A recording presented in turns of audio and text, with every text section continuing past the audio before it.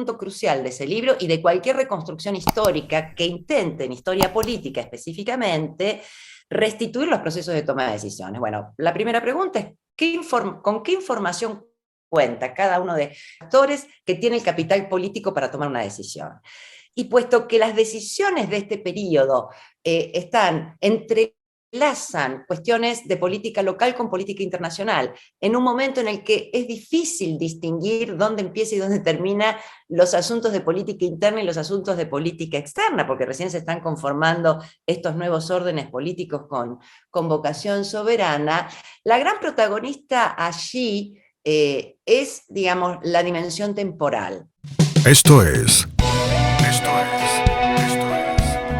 La Inquietud con Garrett Edwards. El lugar donde hay más preguntas que certezas.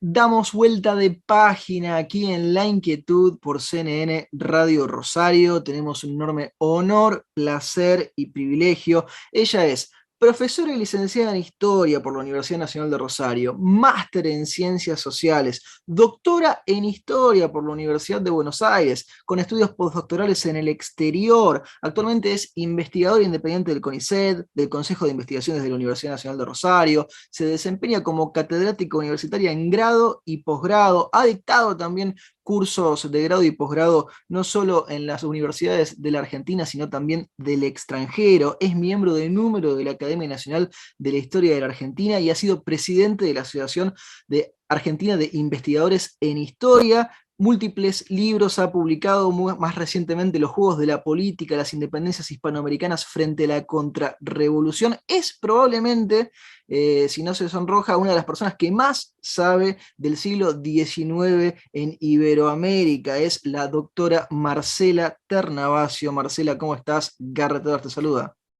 Sonrojada, por supuesto, porque con esa presentación, Garrett, la verdad es que me siento como una star en este programa. Así que bueno, gracias, pero no crean quienes están escuchando todo lo que Garrett dijo, sobre todo lo último.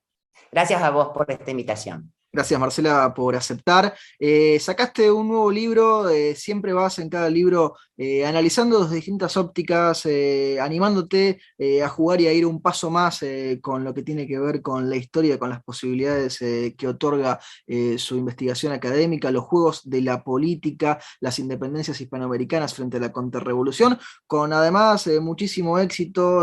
Has tenido la oportunidad de conversar sobre el libro en distintas partes del mundo mediante las tecnologías que han avanzado con la pandemia. ¿De qué se trata Los Juegos de la Política, si le tuvieras que contar a alguien que no sabe absolutamente nada del libro?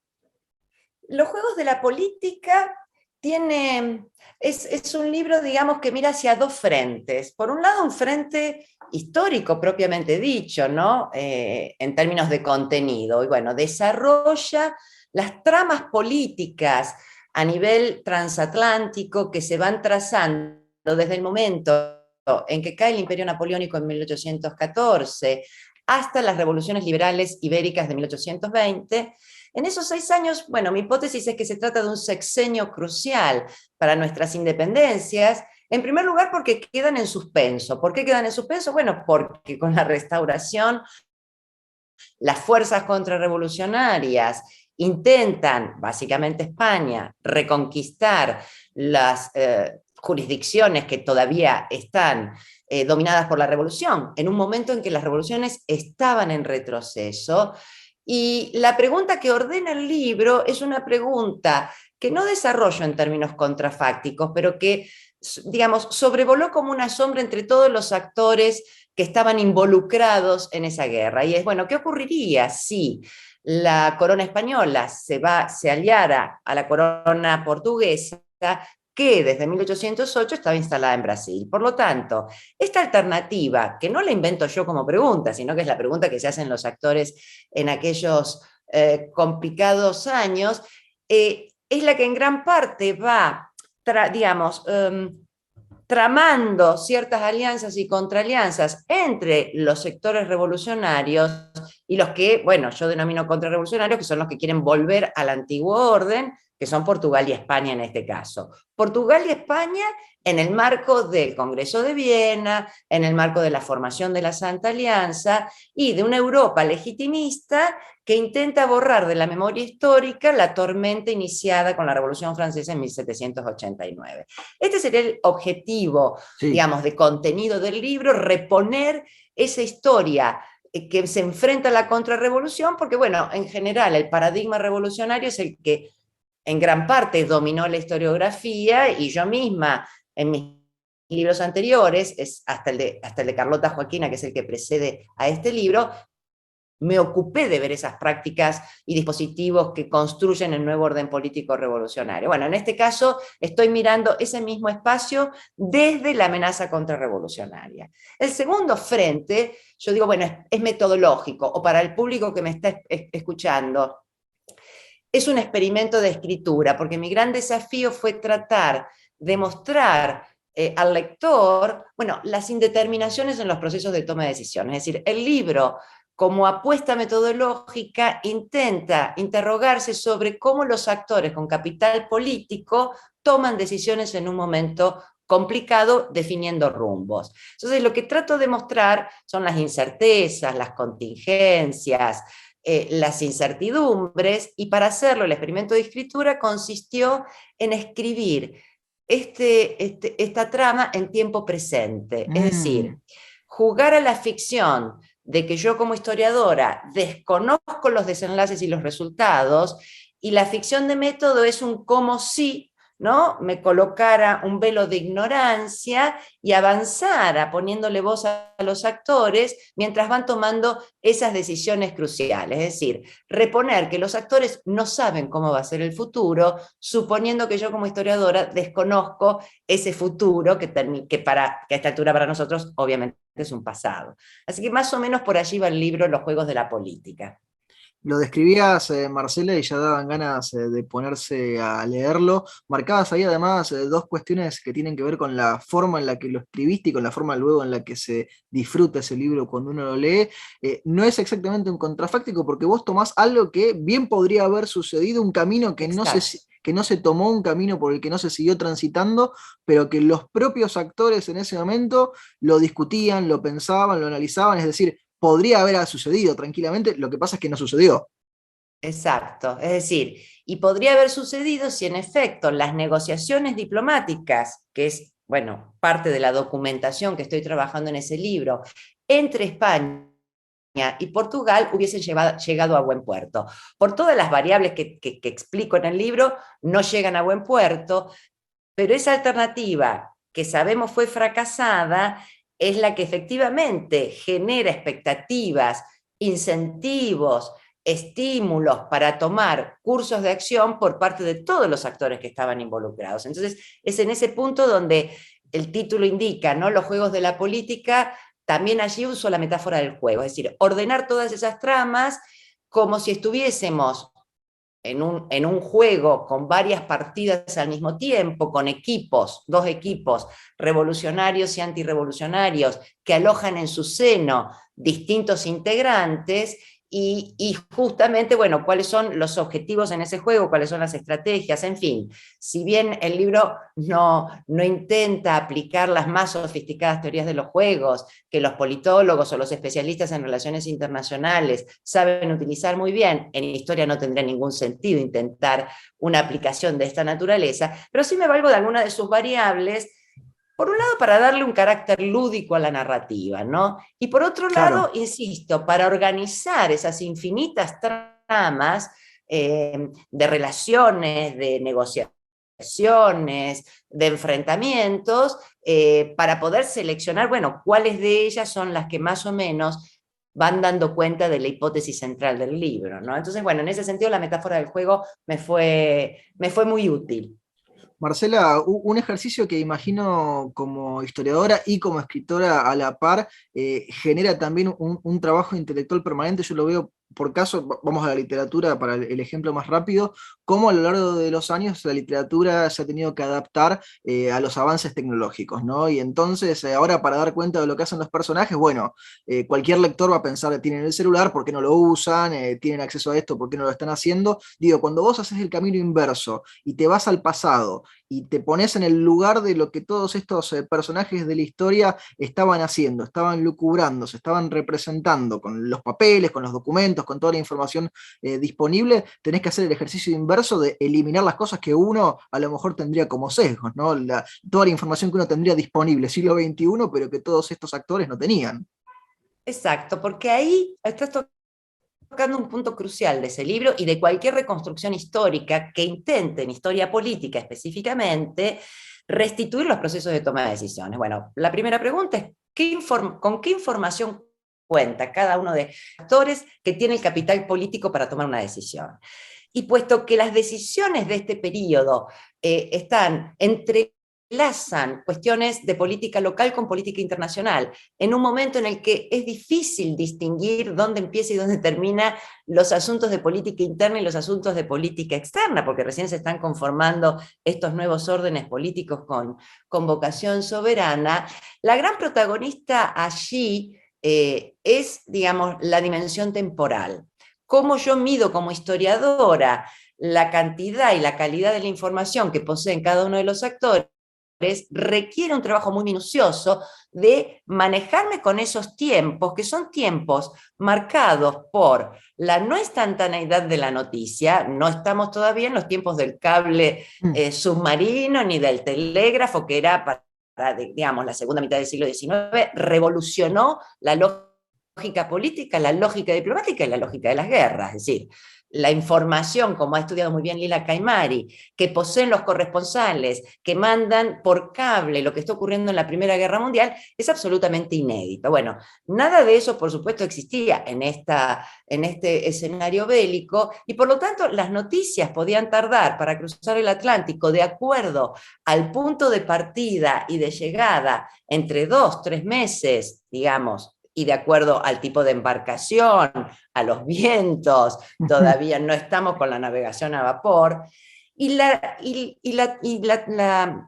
comunicación por tierra, a lomo de mula, digo, con carretas, para llegar hasta el Pacífico, por ejemplo, una noticia que llegaba, por ejemplo, por vía del puerto de Buenos Aires, para llegar al Pacífico, si no seguía por el Cabo de Hornos, bueno, podía tardar otros 3 meses más. Por lo tanto, Increíble. allí, digamos, los actores son conscientes, obviamente, de que la simultaneidad de acontecimientos que ocurren en Europa y en América tienen este delay en términos de cuándo reciben la información. Y en ese delay no tienen ni la menor idea de qué es lo que ha seguido ocurriendo. Sí, se pueden al haber otro lado muerto del en el medio los Atlántico. que mandaron el mensaje. Exacto. Para darles un ejemplo, cuando, para los que no son de historia, yo digo la caída del Imperio Napoleónico, cuando lo obligan a abdicar a comienzos en abril de 1814, bueno, va a ser desterrado en la isla de Elba, y al año siguiente, para sorpresa de todos, Napoleón escapa de la isla de Elba y vuelve a París y, digamos, se instalan los famosos 100 días de ese nuevo intento de imperio napoleónico en 1815. Bueno, la noticia de que ha regresado Napoleón Bonaparte llega a Buenos Aires y es publicada en la Gaceta, el diario, digamos, que se crea con la Revolución de Mayo, cuando ya los 100 días han terminado, cuando ya ha sido restaurado por segunda vez Luis XVIII, los Borbones, etcétera, etcétera. Entonces, digamos, todo este manejo de la temporalidad, bueno, insisto, obliga al historiador a estar muy atento para no confundir en los procesos de toma de decisiones cuál es el tipo de información que se posee precisamente para optar por un rumbo y no por otro, ¿no? Marcela, te mantengo en el siglo XIX, un siglo del que ya mencionamos, sabes muchísimo, que lo has estudiado un montón y que además, por lo menos para los que no nos dedicamos a la historia, parece un siglo riquísimo de hitos, de sucesos y de importancia para la historia argentina, bueno, con su conformación también formal con la Constitución de 1853, todo ese camino para llegar hasta ahí, y luego un final del siglo XIX que parecería haberse instalado por lo menos en cierta retórica o en cierto ideario como un momento cúlmine de la historia de la Argentina, de cierto progreso, de cierto éxito, que luego algunos, quizás vos me corregirás o me dirás, marcan una diferencia con lo que fue luego el siglo XX. ¿Cuánto hay de ese progreso de cierto desde lo fáctico, desde lo objetivo de una Argentina que se conforma a lo largo de este siglo XIX y que luego nos adentra ya en el siglo XX? ¿Había una Argentina pujante, de esa que algunos dicen estaban en los tops más importantes según cómo se la midiera, o es parte también de una construcción de la imagen que se presentó de la Argentina con posterioridad? Bueno, como sabés, digamos, sobre ese momento, para llamarlo de alguna manera la generación del 80, el momento del orden conservador, para retomar el título del célebre libro de Natalio Botana, digo, ha sido interpretado de muy diversas maneras, desde la historiografía, pero al tiempo en el espacio público circulan diversos relatos, ¿no? Los relatos que hacen de ese momento, ¿no? Y sobre todo el momento del centenario de la Revolución de Mayo, el momento del gran apogeo del país, de la Argentina potencia, un largo etcétera, y los relatos que le atribuyen ser el momento más excluyente de la Argentina, de una riqueza que estaba en manos de unos pocos. Bueno, esto forma parte más bien, ¿no?, de ciertos sentidos comunes que circulan en las disputas por las memorias públicas. Ahora bien, hay un punto que a mí me interesa destacar digamos, en este diálogo entre el siglo XIX y el siglo XX, es que en los ámbitos académicos o incluso en la propia ciencia política suele haber ciertos sentidos comunes que le atribuyen al siglo XIX todavía, no en la historiografía más consagrada, pero digo, cuando uno lee ciertos ensayos más generales, le atribuyen al siglo XIX, bueno, ciertos sentidos comunes que son los que la historiografía ha tratado de revisar. Uno de ellos es que ha sido un siglo de anarquía, de caudillos, una suerte de prehistoria de una historia política que recién vendría a democratizarse con la ley Sáenz Peña de 1912, ¿no? Que si bien la segunda mitad del siglo XIX encausa constitucionalmente a esa historia caudillesca y anárquica, habría sido una constitución que estableció un sólido presidencialismo con un sistema de participación muy excluyente y un largo etcétera. A ver, en primer lugar, esa primera mitad del siglo XIX, sobre la que yo he trabajado bastante como tantos otros historiadores, lejos de interpretarse en el marco de un vacío institucional, por el contrario, es justamente el periodo en el que se crean, adaptan y construyen los dispositivos de organización política más allá de los fracasos de los procesos constituyentes. Hay elecciones, las elecciones son de un sufragio absolutamente amplio, cuasi universal, masculino, se implementa el principio de división de poderes, es decir, lejos de haber un vacío institucional, digamos, hay una nueva forma de legitimación y de legalización del poder a las cuales los propios caudillos deben acudir. Por otro lado, ese sistema electoral y esa representación política que dota de derechos de sufragio a toda la población masculina considerada hombre libre, no va a tener una vuelta atrás desde 1820 en adelante. Es decir, nunca existió el sufragio calificado y restringido en nuestro país, nunca.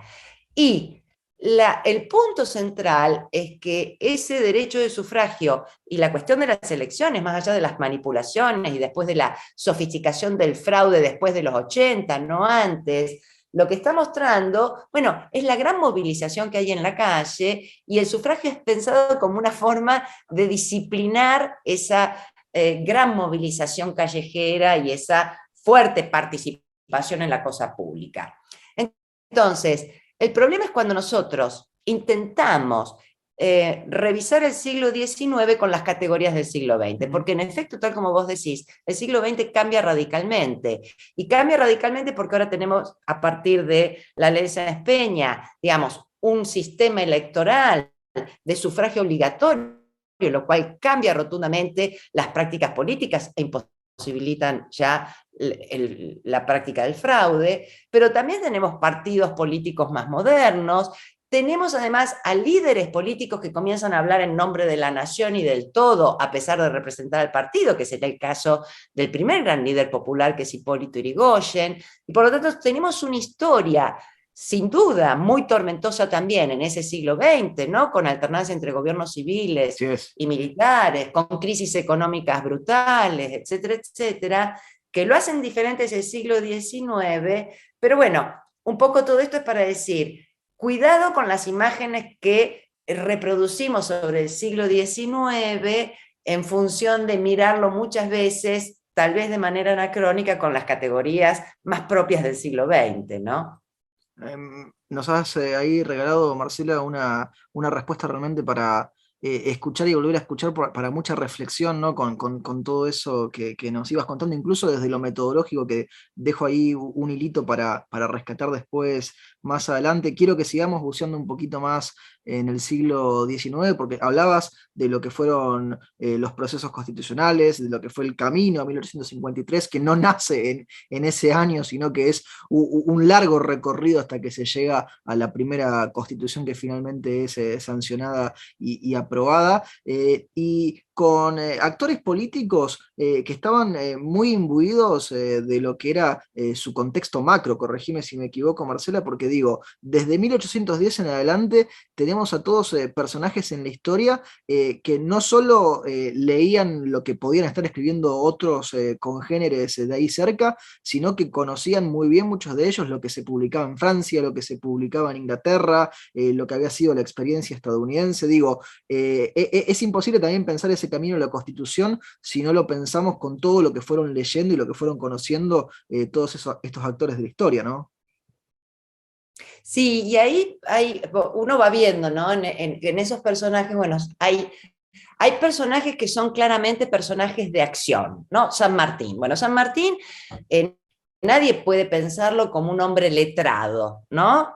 O lo que prefiero usar la palabra letrado y no intelectual, es que sí, sí. El concepto de intelectuales aplica más para tiempos posteriores y no para este primer periodo revolucionario. Digo, San Martín es un hombre que se ha formado como militar, que tiene un tablero olímpico en la cabeza para pensar la estrategia militar y que por supuesto conoce de los dispositivos políticos. Sin embargo, no es Bolívar, que también es un hombre de acción, pero al mismo tiempo Bolívar tiene un background como hombre letrado, que es el que lo estimula permanentemente a escribir manifiestos, documentos de la Carta de Cartagena, la Carta de Jamaica, y a participar también de manera intensa en los procesos constituyentes que él mismo fue estimulando, ¿no? para esa gran jurisdicción que terminó siendo lo que conocemos como la Gran Colombia. Entonces, dentro mismo de los hombres de acción tenemos diferencias, ¿no? Belgrano no estaba destinado a ser un hombre de acción. Belgrano era un letrado, formado en España, Sabido de la Universidad de imbuido de todas esas Salamanca. lecturas que vos vas marcando de la ilustración.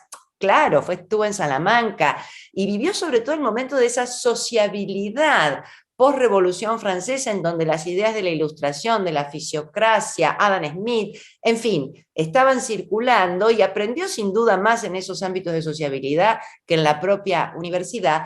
Trae consigo todo ese bagaje, escriben digamos, tanto sus informes en el consulado a fines del siglo XVIII como secretario del consulado, y los primeros periódicos que surgen en la primera década antes de la Revolución en Buenos Aires, y va a ser de ese grupo ilustrado que a partir de 1810, por razones de estrategia, por razones de urgencia,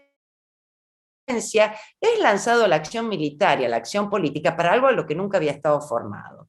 Ahora, la generación que comienza, digamos, a intentar la gobernabilidad después de terminada la Guerra de Independencia, de 1820 en adelante. Bueno, sin duda ahí tenemos a dos personajes, pero sobre todo a uno, que es Bernardino Rivadavia, que ha, digamos, capitalizado muy bien los 5 años que ha pasado en Europa como ministro plenipotenciario de los sucesivos gobiernos de Buenos Aires.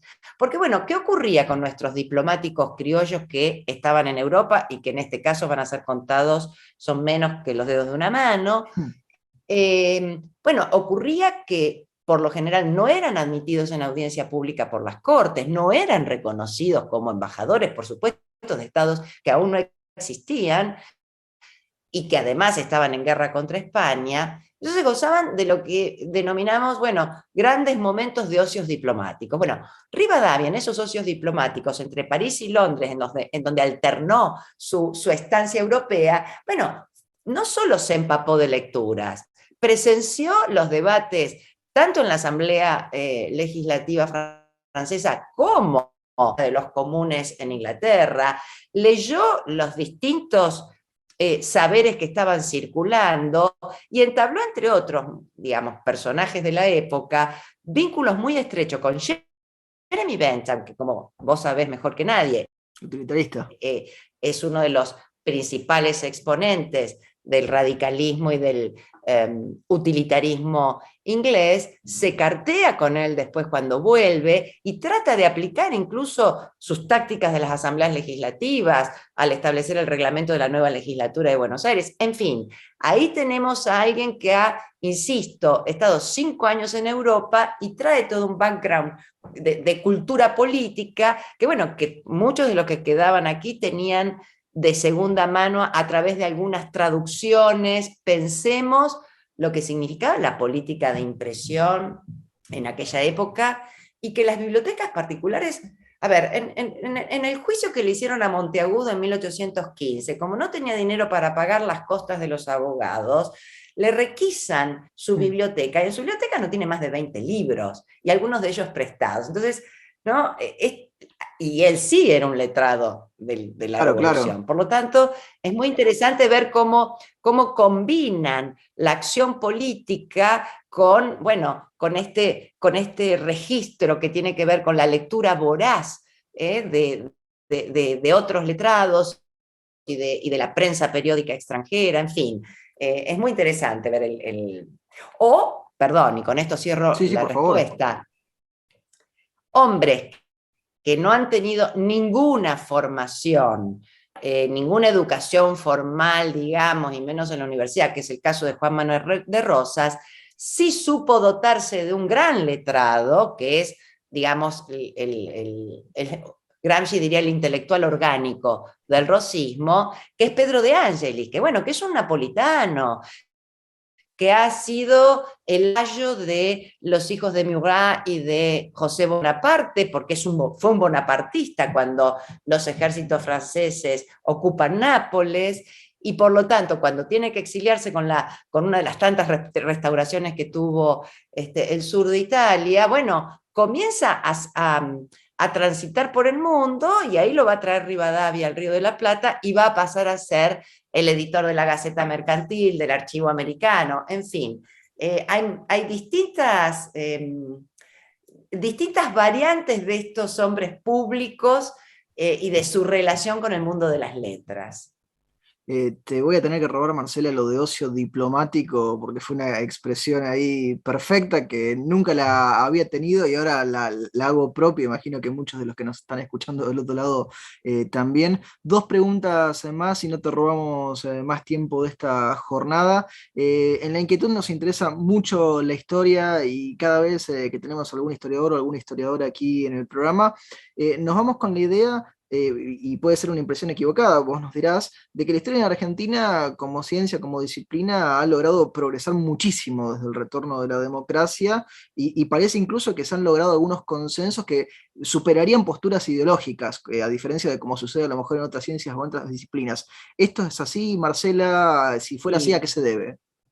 Mira, bueno, esto en gran parte se debe a lo que implica cualquier proceso de profesionalización de una disciplina. En el caso de la historia, además, tiene el agregado de que la profesionalización supone, por lo tanto, consolidar a la historia en su operación crítica respecto del pasado y por lo tanto tomar distancia de las viejas polémicas en torno a las memorias históricas que se ocupaban más de pensar el presente que de reconstruir el pasado. Entonces, esas disputas por el pasado, en el cual se construyó la nación, se crearon los mitos, se revisaron y allí apareció el revisionismo histórico, el viejo panteón de héroes para colocar otro panteón. Bueno, la historia, digamos, como ciencia, como disciplina científica a partir de la democracia, logró tener espacios en las universidades, en CONICET, en distintos organismos de investigación, espacios para consolidar este incipiente proceso de profesionalización, poder tomar esa distancia, poder consensuar no tanto las interpretaciones, que siguen siendo en muchos casos controversiales, sino consensuar las reglas, consensuar cuál es el piso, digamos, a partir del cual se construye un saber. Entonces, en función de ese piso, de ese consenso en torno a las reglas que rigen en nuestro oficio, bueno, a partir de allí tenemos enfoques e interpretaciones muy plurales, controversiales por momentos, pero no son controversias por las memorias que miran el presente, sino te diría que son básicamente controversias por las interpretaciones disciplinares en torno al pasado, ¿no? Bueno, te hago una subpregunta antes de la última, Marcela, porque ahí has dejado el pie, porque marcaste ahí excelentemente el proceso que se ha ido dando, nos lo explicabas, y la historia que se enseña en las escuelas, ¿refleja ese progreso que se ha dado en el ámbito académico, si nos vamos a la enseñanza obligatoria, y si nos vamos del ámbito de los que están estudiando la historia? Ahí, mi respuesta es no sé. Ahí soy prudente, ¿por qué? Bueno, porque desde que me recibí, yo ingresé como becaria CONICET, como ayudante en la universidad, e hice toda mi carrera como docente en la universidad y mi carrera como investigadora en el Consejo de Investigaciones de mi universidad y en CONICET. Por lo tanto, solo di clases en la escuela secundaria, un solo año apenas me recibí.